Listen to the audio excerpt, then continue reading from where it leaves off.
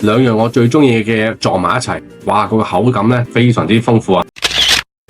大家好，我係盧蘇，今日呢集咧會同大家咧嚟到九龍城呢度揾嘢食啊！咁我哋去緊呢間餐廳咧就有一杯非常之得意嘅特飲，亦都係我其中一杯至愛嚟噶。咁喺圖書館隔離呢個入口入去就係噶啦，冇錯啦，就係呢間樂園啦。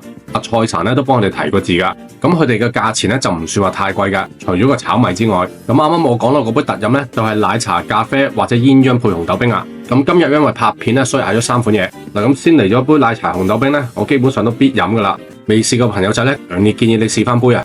跟住就係呢個鹹牛肉蛋治，咁我個人咧就唔中意漢底嘅，因為佢哋個麵包咧都非常之鬆化同埋軟腍腍，非常之好食。你睇下出晒煙噶。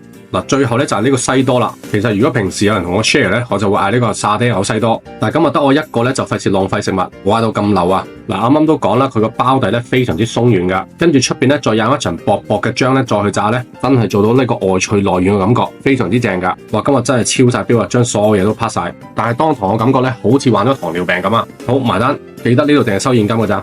咁通常我離開九龍城咧，就會去埋一檔牛肉檔咧，幫襯佢哋買佢哋嘅牛筋丸。如果嗰晚係打邊爐嘅話咧，就會買埋佢哋牛肉。過到嚟呢條街咧，跟住直行就係呢檔啦。好啦，今集就係咁多啦，我哋下集見，拜拜。